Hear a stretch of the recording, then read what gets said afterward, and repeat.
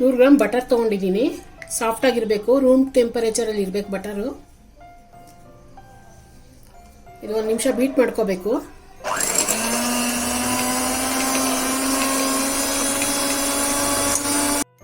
ಇವಾಗ 1 ನಿಮಿಷ ಬೀಟ್ ಆದಮೇಲೆ ಇದಕ್ಕೆ 100 ಗ್ರಾಮ್ ಸಕ್ಕರೆ ಪೌಡ್ರ್ ಹಾಕೋಬೇಕು. ಇದು 1-2 ನಿಮಿಷ ಬೀಟ್ ಮಾಡ್ಕೋಬೇಕು.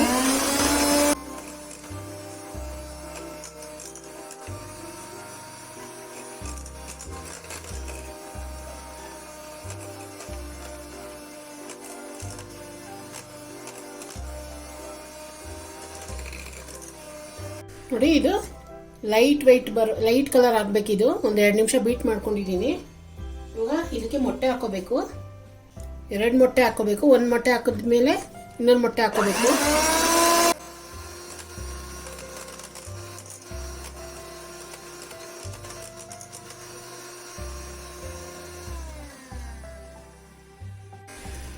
ಇವಾಗ ಇನ್ನೊಂದು ಮೊಟ್ಟೆ ಹಾಕೋಬೇಕು.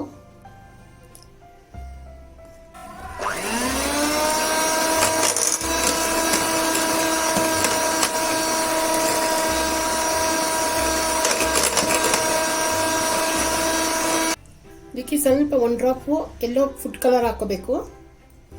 ಆಪ್ಷನಲ್, ಬೇಕಾದ್ರೆ ಹಾಕೋಬಹುದು ಇದ್ರೆ ಮನೇಲಿ.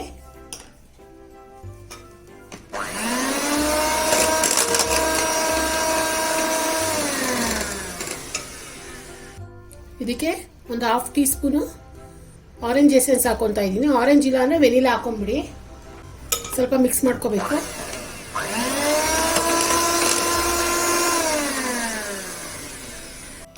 ಈ ಥರ ಒಡ್ಕ ಆಗತ್ತೆ, ಕರ್ಡ್ ಥರ ಈ ಥರ ಒಡೆದೋಗಿರೋ ಥರ ಇರುತ್ತೆ. ಏನು ಪರವಾಗಿಲ್ಲ, ಅದು ಹಂಗೆ ಆಗೋದು. ಮೈದಾ ಹಾಕಿದ್ರೆ ಸರಿ ಹೋಗ್ಬಿಡುತ್ತೆ. 1 ಕಪ್ ಮೈದಾ ತೊಗೊಂಡಿದ್ದೀನಿ. 1 ಟೀ ಸ್ಪೂನ್ ಬೇಕಿಂಗ್ ಪೌಡರು.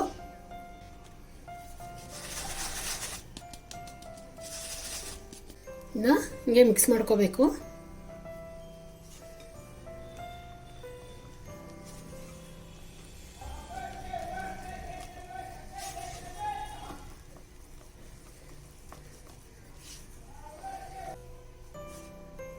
ಇವಾಗ ಇದಕ್ಕೊಂದು ಅರ್ಧ ಕಪ್ಪು ಟೂಟಿ ಫ್ರೂಟಿ ಹಾಕೋಬೇಕು. ಇನ್ನು ಮಿಕ್ಸ್ ಮಾಡ್ಕೋಬೇಕು ಚೆನ್ನಾಗಿ.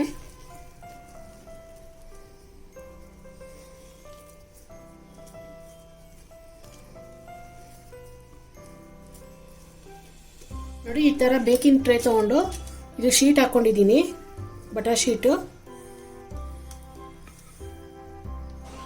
ಇದನ್ನ ಕೇಕ್ ಬ್ಯಾಟರ್ ಇದನ್ನ ಇದ್ರ ಮೇಲೆ ಹಾಕೋಬೇಕು.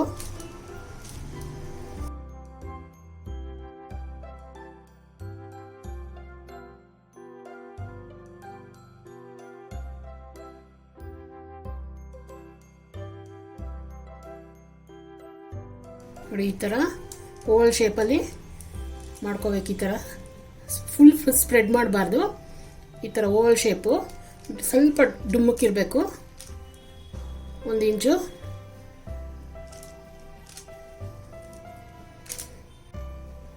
ಇದನ್ನ ಪ್ರೀಹೀಟೆಡ್ ಅವನಲ್ಲಿ 180 ಡಿಗ್ರಿ ಪ್ರೀಹೀಟೆಡ್ ಅವನಲ್ಲಿ 25 ಮಿನಿಟ್ಸ್ವರೆಗೂ ಬೇಕ್ ಮಾಡ್ಕೋಬೇಕು. ಫಸ್ಟ್ ಬೇಕಿಂಗು. ಸೆಕೆಂಡ್ ಬೇಕಿಂಗು ಯಾವ ಥರ ಮಾಡೋದು ಅಂತ ತೋರಿಸ್ತೀನಿ. ಇದು ಫಸ್ಟ್ ಬೇಕಿಂಗ್ 25 ಮಿನಿಟ್ಸ್ ಬೇಕ್ ಮಾಡ್ಕೋಬೇಕು. ನೋಡಿ, ಇದೆಲ್ಲ ಬೇಕಾಗಿದೆ. 22ರಿಂದ 25 ಒಳಗೆ ಬೇಕ್ ಮಾಡ್ಕೋಬೇಕು, ಜಾಸ್ತಿ ಇಕ್ಕಕ್ಕೆ ಹೋಗ್ಬಾರ್ದು. ಇವಾಗ ಇದು ಪೂರ್ತಿ ತಣ್ಣಗೆ ಹಾಕಬೇಕು, ಮತ್ತೆ ಬೇಕ್ ಮಾಡಬೇಕು. ಇವಾಗ ಇದು ಪೂರ್ತಿ ತಣ್ಣಗಾಗಲಿ. ಇವಾಗ ಇದೆಲ್ಲ ತಣ್ಣಗಾಗಿದೆ. ಅದು ಹಿಂಗಂದರೆ ಪೇಪರೆಲ್ಲ ಬಂದ್ಬಿಡತ್ತೆ. ಇವಾಗ ಇದನ್ನ ಕಟ್ ಮಾಡ್ಕೋಬೇಕು. ಈ ಥರ ಸ್ಲೈಸಾಗಿ ಕಟ್ ಮಾಡ್ಕೋಬೇಕು.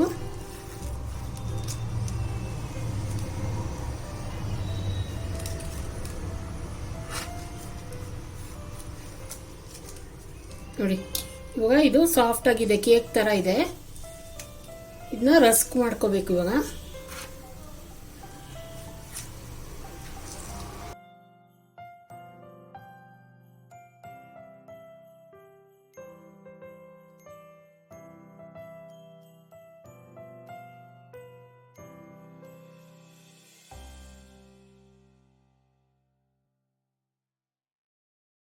ನೋಡಿ, ಎಲ್ಲ ಈ ಥರ ಜೋಡಿಸ್ಕೋಬೇಕು. ಇವಾಗ ಇದನ್ನ ತಿರ್ಗಾ ಮತ್ತೆ 180 ಡಿಗ್ರಿ ಪ್ರೀಹೀಟ್ ಮಾಡ್ಕೋಬೇಕು. ಓವನ್ನ ಒಂದು 15 ನಿಮಿಷ ಬೇಕ್ ಮಾಡ್ಕೋಬೇಕು. ಇದು ರಸದ ಥರ ಗಟ್ಟಿ ಆಗಬೇಕು, ಕ್ರಿಸ್ಪಿ ಆಗಬೇಕು. ನೋಡಿ ಇವಾಗ 15ರಿಂದ 20 ನಿಮಿಷ ಒಳಗೆ ಬೇಕಾಗಿದೆ. ಇದು ರಸದ ಥರ ಬಂದಿದೆ. ಇದು ತುಂಬ ಚೆನ್ನಾಗಿರುತ್ತೆ ಇದು ತಿನ್ನೋಕ್ಕೆ. ಕೇಕ್ ರಸ್ಕ್ ಅಂತಾರೆ, ಬಿಸ್ಕೊಟ್ಟಿ ಅಂತಾರೆ. ಈ ಥರದ್ದು ಮಾಡ್ಕೊಳ್ಳಿ ಮನೇಲಿ, ತುಂಬ ರುಚಿಯಾಗಿರುತ್ತೆ. ಆಚೆ ತರೋದ್ಕಿಂತ ಈಸಿಯಾಗಿ ಮಾಡ್ಕೋಬೋದು ಓವನ್ ಇದ್ದರೆ. ನೋಡಿ ಇದು ಫುಲ್ಲು ತಣ್ಣಗಾದ್ಮೇಲೆ ಕ್ರಿಸ್ಪಿಯಾಗಿರುತ್ತೆ.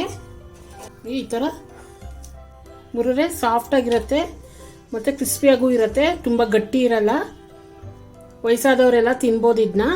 ಸಾಯಂಕಾಲ ಟೀ ಟೈಮಲ್ಲಿ ಚೆನ್ನಾಗಿರುತ್ತೆ ತಿನ್ನೋಕೆ. ಇದನ್ನ ನೀವು ಟ್ರೈ ಮಾಡ್ತೀರಾ ಅಂದ್ಕೊಂಡಿದ್ದೀನಿ.